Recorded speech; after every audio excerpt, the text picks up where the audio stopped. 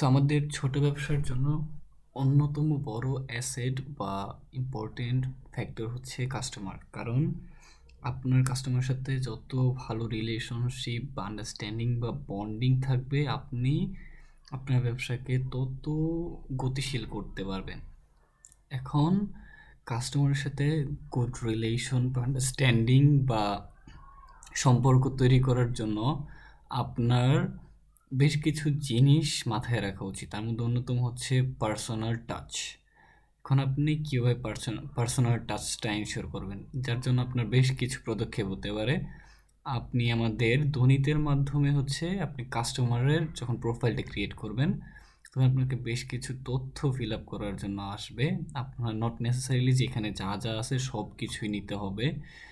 আপনি যদি জাস্ট একটা বা দুইটা জিনিসও নিয়ে রাখেন, দেন আস্তে আস্তে আপনি কাস্টমার থেকে ডাটাগুলো কালেক্ট করবেন। ধরেন আমি শুরুতে হচ্ছে কাস্টমারের নামটা নিয়ে নিলাম, ধরেন কাউসার। তারপর হচ্ছে যে ফোন নাম্বার নিয়ে নিলাম 019, হয়ে গেল, একটা ফোন নাম্বার নেওয়া হলো। ধরেন কাস্টমারের ইমেল অ্যাড্রেসে অ্যাক্টিভ না, সো আপনি নিলেন না, বা এত নেওয়ার দরকারও তো নাই এখন। বাট আপনি হচ্ছে জাস্ট অ্যাড্রেসটা নিয়ে রাখলেন তার।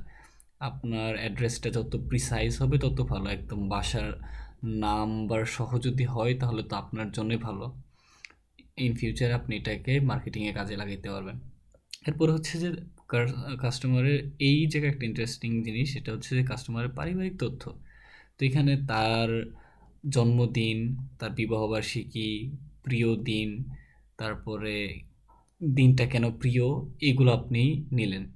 এটা নিলে কি আপনি তার সাথে এঙ্গেজমেন্ট করাটা সুন্দর হয়ে যাবে। যেমন ধরেন আপনি একটা রেস্টুরেন্ট রান করতেছেন, আপনি তাকে ফলো আপ একটা মেসেজ বা মেইল বা আপনি একটা হোয়াটসঅ্যাপে নক দিলেন, দিয়ে তাকে বার্থডে উইশ করলেন, বা আপনি তার প্রিয় দিনটায় তাকে মনে করলেন।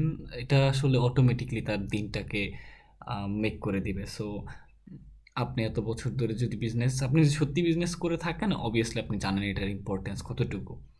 এরপরে হচ্ছে যে তার স্বামী বা স্ত্রীর নাম, জন্মদিন, বাবা মায়ের হচ্ছে জন্মদিন, আর হচ্ছে যে তারপর তার যদি সন্তান থাকে, আমি 4টা অ্যাড করে রাখছি। আপনি যদি তার একটা সন্তান থাকে একটা, আর না থাকলে নাই।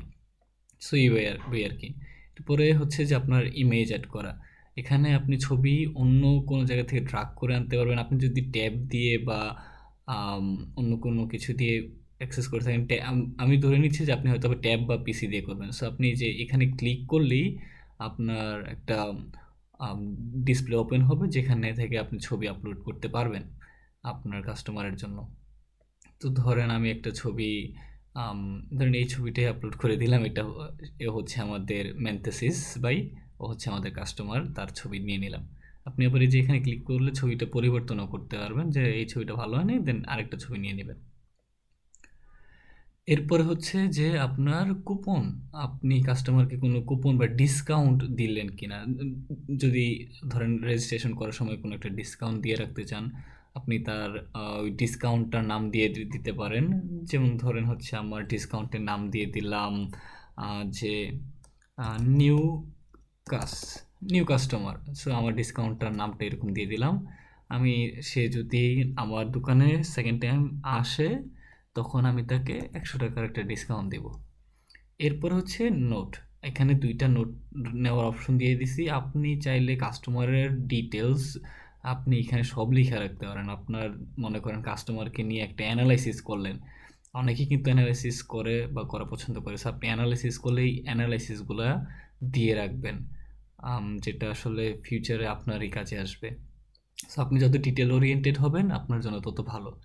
এখানে প্রত্যেকটা জিনিসেই সুন্দর করে আপনি আস্তে আস্তে আস্তে আস্তে করে কাস্টমারের কাছ থেকে 1 দিন 2 দিন করে করে আপনি নিয়ে নেবেন। একদিন স্ত্রীর নাম নিলেন, জন্মদিন নিলেন, একদিন তার বাবা বা মায়ের জন্মদিনটা নিয়ে নিলেন। সো এইভাবে আর কি আপনি আস্তে আস্তে তার সাথে এঙ্গেজমেন্ট করার জন্য ইম্পর্টেন্ট কিছু ডেটা কালেক্ট করতে থাকবেন। Hopefully you will have a great journey. Thank you.